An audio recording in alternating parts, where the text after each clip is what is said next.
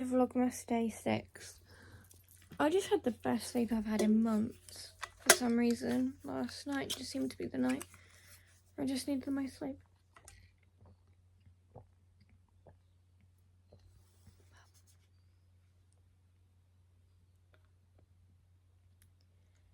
Day 8, I cannot believe it. Like, what the hell? I feel like Vlogmas is going way too fast. Alexa, light to blue. Okay. Alexa, light to white. Okay.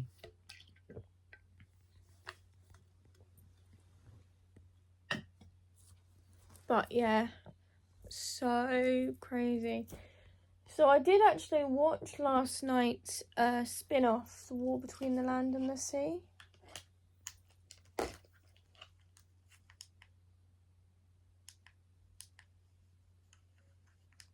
And it was actually really good. Obviously, later on I'll give you my actual opinion of it.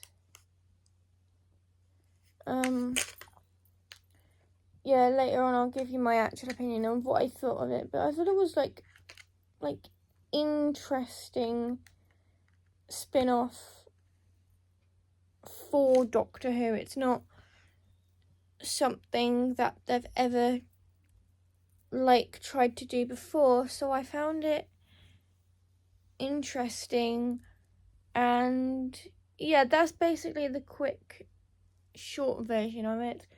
I'll do like a proper, I'll do like more of a review later on here on this vlog for you guys. Obviously I can't use the whole vlog to do it, but I will try and do like a review on here for you to let you know what I really think of it. Anyway, I'll see you guys in a bit once I've had my bath and got dressed. Guys, it's been a while since my last vlog entry. I'm now dressed and I've got my Christmas headband on. The only menace with this one is it's got glitter on it, and that's going to get in my hair and I might regret doing that. But yeah, so right now I'm just like chilling, watching Doctor Who Christmas specials. I got a question the other day about why when I'm out do I film. The question was, why every time I'm in the house, why am I only in my bedroom and not in the other parts of the house? I'm going to explain this. So, because I live with other people, I can't film in the rooms that they're in. So I can't film in the kitchen when other people are in there, and I can't film in the sitting room when other people are in there. So it kind of restricts me to filming in my bedroom, unfortunately. That's the reason why. It's not because, you know, I like to stay in my bedroom. I mean, honestly, I wish to God I could film for you guys in other parts of the house. I really wish I could. But unfortunately, I am just genuinely restrictive to where I can film because I do live with other people, and there are things like data protection things where I can't get them in and stuff like that. So there are certain things I can't do because of that rule. But I have actually made a rule to myself, though, when I did these vlogmases, that I'd only film more content outside of the house when I actually do go out, on the days I go out. And then when I'm home, I said to myself that I would literally just film where I could, even if that just means in my room or in the sitting room, if no one is in there. So that's kind of the rule I've stuck to, and I'm not willing to break it because there are so many other people in this house that don't want that don't want to be on social media, unlike me, who is very confident at that. So it's definitely a rule that I'm going to continue to follow throughout these vlogmases. I'll try and make these as interesting as humanly possible because I know it can get a bit samey with me in here and everything like that. I completely understand where you're, obviously what you're getting to and everything like that. But like I said, it's literally a rule I have to stick by, because if I don't, then I'm kind of breaking my own rules about it. I mean, obviously Wednesdays and Fridays are a little bit more interesting, just because it's easier for me to do that kind of content because I'm on my own. it's a little bit less restrictive and stuff like that. But definitely during the weeks when I'm in, like today and tomorrow, well, I actually do have a hospital appointment tomorrow, the final one of this year, and then God knows what's going to happen after that. And then, like I said, next week again, it's going to be restrictive. I have to film in the house until the Wednesday and the Friday. And then, obviously, the Monday after that, it won't be as restrictive because I'm actually at my mum and dad's. So those 3 days leading up to Christmas will be less restrictive because I'm at my parents'. So you might just have to cope up with the restrictiveness for 1, 2, 3, 4, 5, 6, 7, 8 more days. The only reason I've done that is because obviously I'm in on Monday, Tuesday, and also Saturday, Sunday, and then so that's why I said 8 more days, because I'm obviously out Wednesday, Thursday, Friday, so those are the days I can film a lot more content for you and things like that. So those are the days where it's less restrictive. So that's why I say 8 more days, because after tomorrow, obviously on Wednesday, I can actually film my library group, and you know, Thursday I can film me getting present shopping, and then obviously Friday my art group. So those 3 days are like the only 3 days of the week where it's less restrictive for me to film. Alright, I hope that answers your question. I'll see you guys in a bit.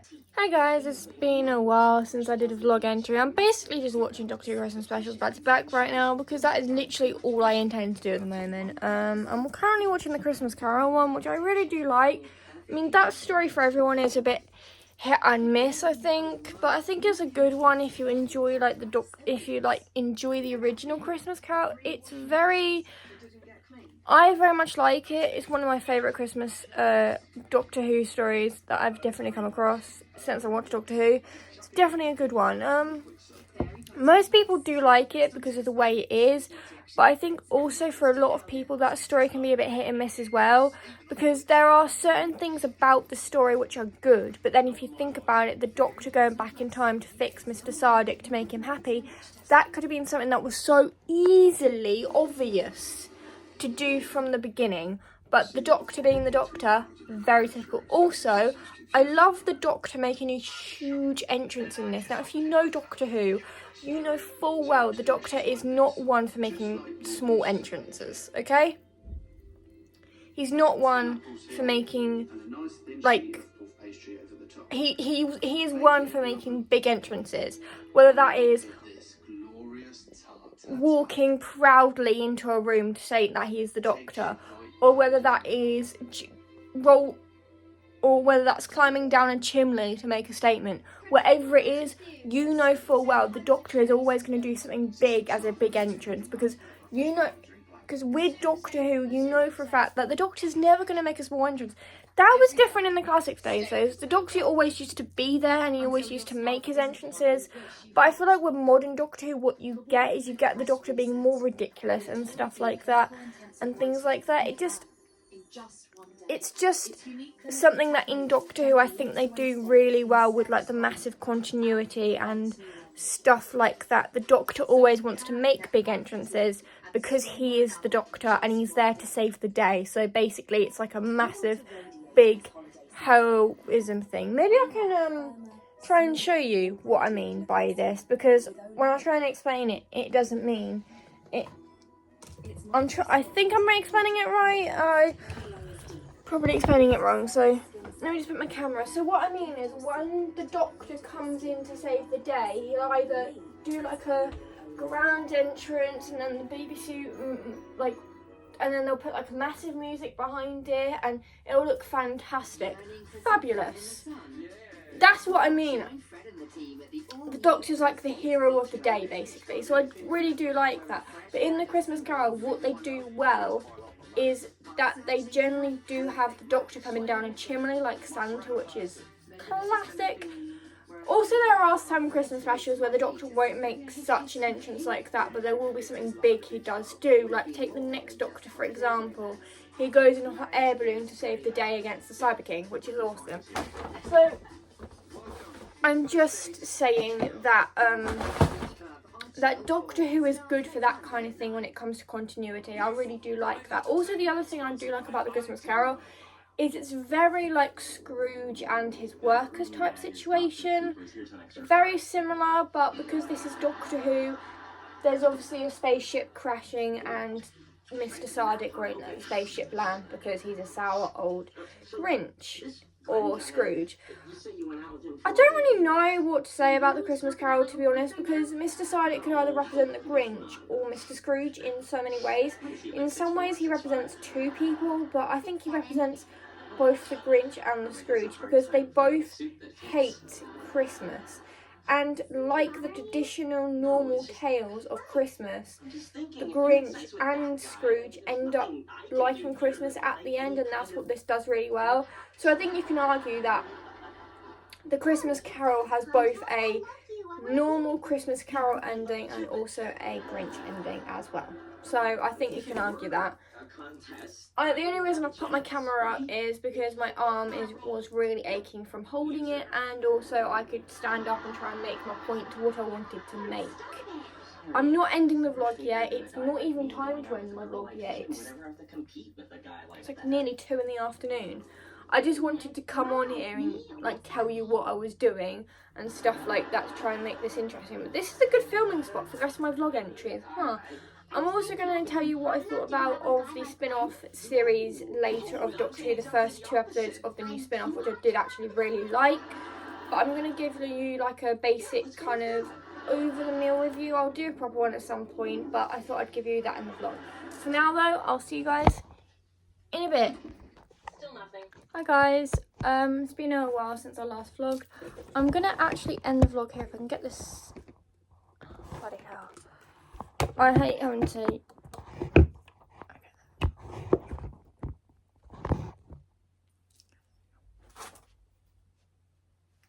I'm going to end the vlog here, but before I do end the vlog here, I'm going to give you my review of what I generally thought of the Doctor Who new spin-off, the first 2 episodes of The War Between the Land and the Sea. I just want to give this vlog a bit more interest before I end it, so let's get to it. So I found the 2 first episodes very intriguing. Obviously, Barclay is there in the middle of it, and he just happens to be there by accident. He's a taxi driver, basically. He seems to be there completely by accident. Basically, that's the gist of it. And the Sea Devils come back, and we know as Doctor Who fans that the Sea Devils mean no harm. All they have ever wanted is to live in peace with the humans, because technically speaking, the planet does belong to them first, and the Doctor has always tried to be an advocate for the planet. That is the right word for that, advocate for the planet. He's always tried to bring peace amongst the humans and the Sea Devils, but the first couple of attempts have never worked out. And it's also been the same with the Silurians as well. The Doctor has tried to bring peace between the Silurians as well, because just like the Sea Devils, they are also the original inhabitants of the planet. Sea Devils live in the sea, Silurians live on land. So, technically speaking, humans are more related to the Silurians than we are the Sea Devils, but Sea Devils technically aren't aliens as such. They're just a version of us that has evolved, that we've evolved from. I don't know what I'm saying, but I'm trying to get the point across, as in the Sea Devils are basically what we're based on. The only difference is we have evolved from them. So basically the Sea Devils come and say, like, we want to strike a deal with you humans. We want to strike a deal. We don't want to fight you. We don't want to give you war or anything. We want to strike a deal. And they do try, and then suddenly, out of all the people they could have picked as ambassador, they picked Barclay. And Kate, Kate's not particularly keen about, this whole idea of like a completely random guy who was right in the middle of this whole thing with the Sea Devils, happened to be there. He is completely, Barclay is like completely blindsided by this as well, I think, more than anyone else. Funny thing is though, this version has actually met the Doctor before, because he was midshipman frame. But the fact that he is called Barclay suggests to me that this is a completely different version of the character, and that when he met the Doctor he started a new life and tried to settle down on Earth, if that makes a weird kind of sense. Please correct me if I'm wrong, but anyway, Barclay is completely surprised that this Sea Devil called Salt has asked him to be ambassador. It has been, he's completely been blown away by it. He can't believe that the Sea Devils trust him enough. So obviously UNIT are like all up for this and everything like that. They're all up for this. They're all up for this, obviously, and things like that, and they're like, yep, okay.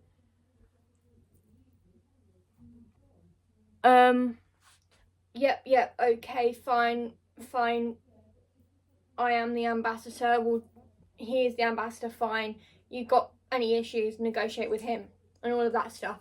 So that's super fun. That's always great to see. And obviously Barclay and Salt tried to discuss things and everything, and stuff like that, which I do appreciate. And here's where things start to go wrong, which I love about the spin-off, because before you think, oh yeah, now they're negotiating, this is going to work out well for us humans, it turns out the Sea Devils won't settle for certain areas of the ocean. They won't settle for things like the Australian outback or Nevada plains. Basically, they go and say that they want the entire water of the Earth, which makes sense, but here's the issue. So most of like exports of food and stuff come from other countries, and we have to use boats and stuff in order to get it over. So basically what the Sea Devils are suggesting is that humans use land to transport food. But here's also where it gets really complicated, where this kind of threw me a little bit. So the Sea Devils are like, we want all the water in the world and you guys can live on land. And then they're also like, flights over land is your problem, but flights over sea, that bothers the Sea Devils. I don't get how that bothers them, because technically speaking, the flights are happening in the sky, and the sky is not their jurisdiction, only the water is. So why would a commercial flight from, say, the UK to the US bother them? Because technically speaking, the only way to get to the US is oversea, technically speaking. Like, you know, like fly the airplane oversea, and the Sea Devils are like, well, technically speaking, commercial flights over land are your problem. Commercial flights over water, we don't want that. And obviously this causes the humans to be like, yeah, no, I'm sorry, we can't allow this. This is ridiculous. This is a ridiculous command. And then things happen, and obviously the Sea Devils don't want any plastic in their ocean, which I can completely understand that. I'm fully for that. Sea pollution is totally wrong. I get that completely, 100%.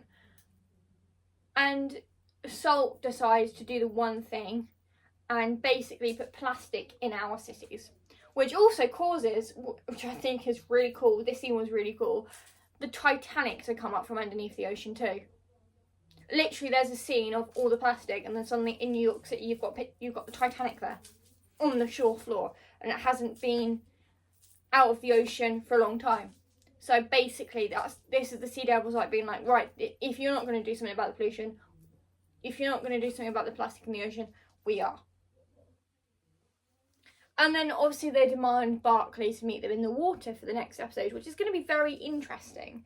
So it's a very interesting spin-off. I like the concept of it and everything like that, but it's going to be interesting to see where the spin-off heads off. So yeah, I hope you liked this kind of round the mill sort of brief little review of the Sea Devils because of the war between the land and the sea. I'm very excited to watch the next two episodes. Anyway, I'm going to end the vlog here now before I carry on rambling. But I'll give you my overall, like, out of 10 as soon as I've seen the last episode, alright? So, I'll see you guys tomorrow for another vlog, and until then, Allons-y.